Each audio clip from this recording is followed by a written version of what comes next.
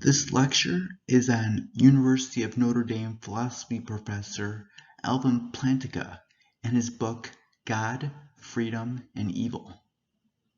Important questions being asked pertaining to the problem of evil are: why does an all-good, all-powerful God allow evil to exist?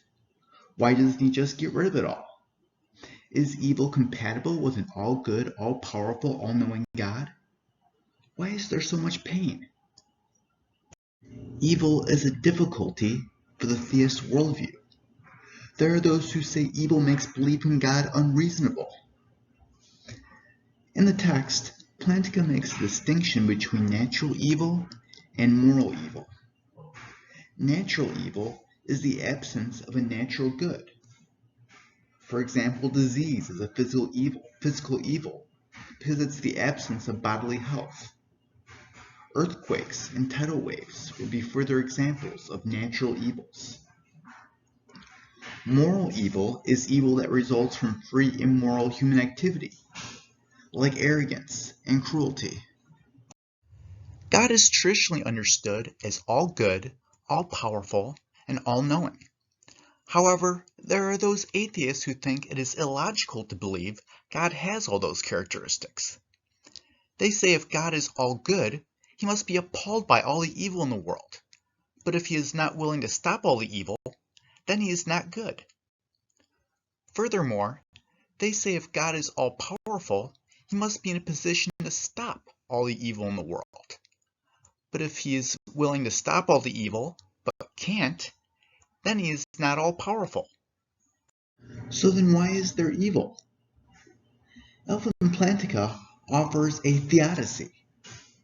Theodicy is a theory that attempts to answer this question of why God permits evil.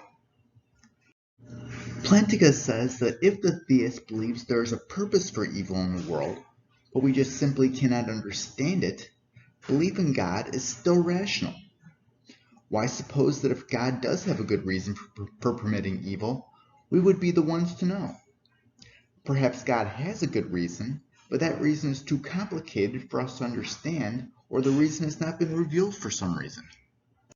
There are those atheists who say the attributes of God and evil coexisting are inconsistent, that God can't have a sufficient reason for allowing evil because it's impossible for God and evil to coexist. They point to the inconsistency that God is omnipotent, God is wholly good, and that evil exists. Those atheist philosophers who argue that God's attributes and evil coexisting are contradictory would argue a good being eliminates evil as much as it can. There are no limits to what an omnipotent being can do, and an omnipotent and all-good God would not permit evil to exist. The second premise of the atheist argument, that there are no limits to what an omnipotent being can do, can be challenged. Are there truly no limits to what an omnipotent being can do? Can God create squared circles or married bachelors? Most theologians insist that God cannot create round squares or bring it about that he both exists and does not exist. God can't do the impossible. There are no non-logical limits to God's power, but God can't violate the laws of logic.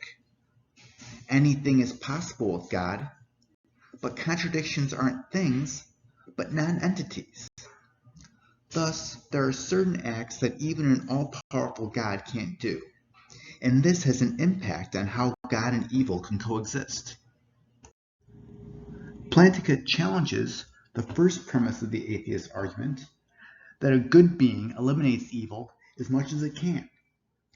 He uses an example of a doctor refusing to amputate someone's badly hurt knee to remove the pain when the pain will go away on its own in a matter of days. An amputation will result in the pain going away immediately, but the doctor does not amputate for the sake of the greater good of the pain going away in a matter of days. It's entirely possible that a good person can fail to eliminate an evil state of affairs that he knows about and can eliminate. This would take place if he couldn't eliminate the evil without bringing about a greater evil. An objection to Plantinga is how this applies to a being like God who has the power and knowledge to eliminate not only multiple evils at once, but every evil state of affairs.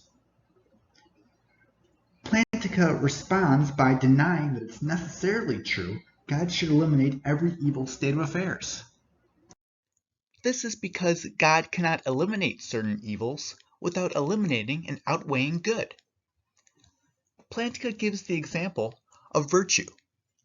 There are those who display great heroism, but this would not be possible without suffering and adversity. Plantinga gives another example of free will. God can create a better universe by permitting evil when he gives humans free will. A world containing humans who are significantly free and perform more good actions than bad is better than a world containing no free humans at all. Thus, Plantinga utilizes a free will defense to demonstrate that God's existence is compatible with evil. He says there are certain good states of affairs that God can't bring about without allowing evil. What does it mean to be free? God can create free creatures, but he can't cause or determine them to do what is right, or else humans are not truly free. To create creatures capable of moral good, he must create creatures capable of moral evil. Thus, God has a good reason for creating a world containing evil, so he can create a better world where we have humans with free will. Plantinga takes on an objection. Why can't God create creatures that only perform good acts? There is no inconsistency of free creatures who only perform good acts. God, in his omnipotence, can create such a world. Thus, the free will argument is mistaken in God being omnipotent and unable to create a world containing moral good without permitting moral evil. Plantinga responds through his doctrine of trans-world depravity. Trans-world depravity entails it's possible every world in which God creates, and we are significantly free in it, involves us taking at least one wrong action. God is not able to create a world where significantly free humans always choose good because we are essentially corrupted in this way. To support his doctrine of trans-world depravity, Plantinga utilizes a story of Curly accepting a bribe to demonstrate that not even God can bring about states of affairs where people act against their essential character.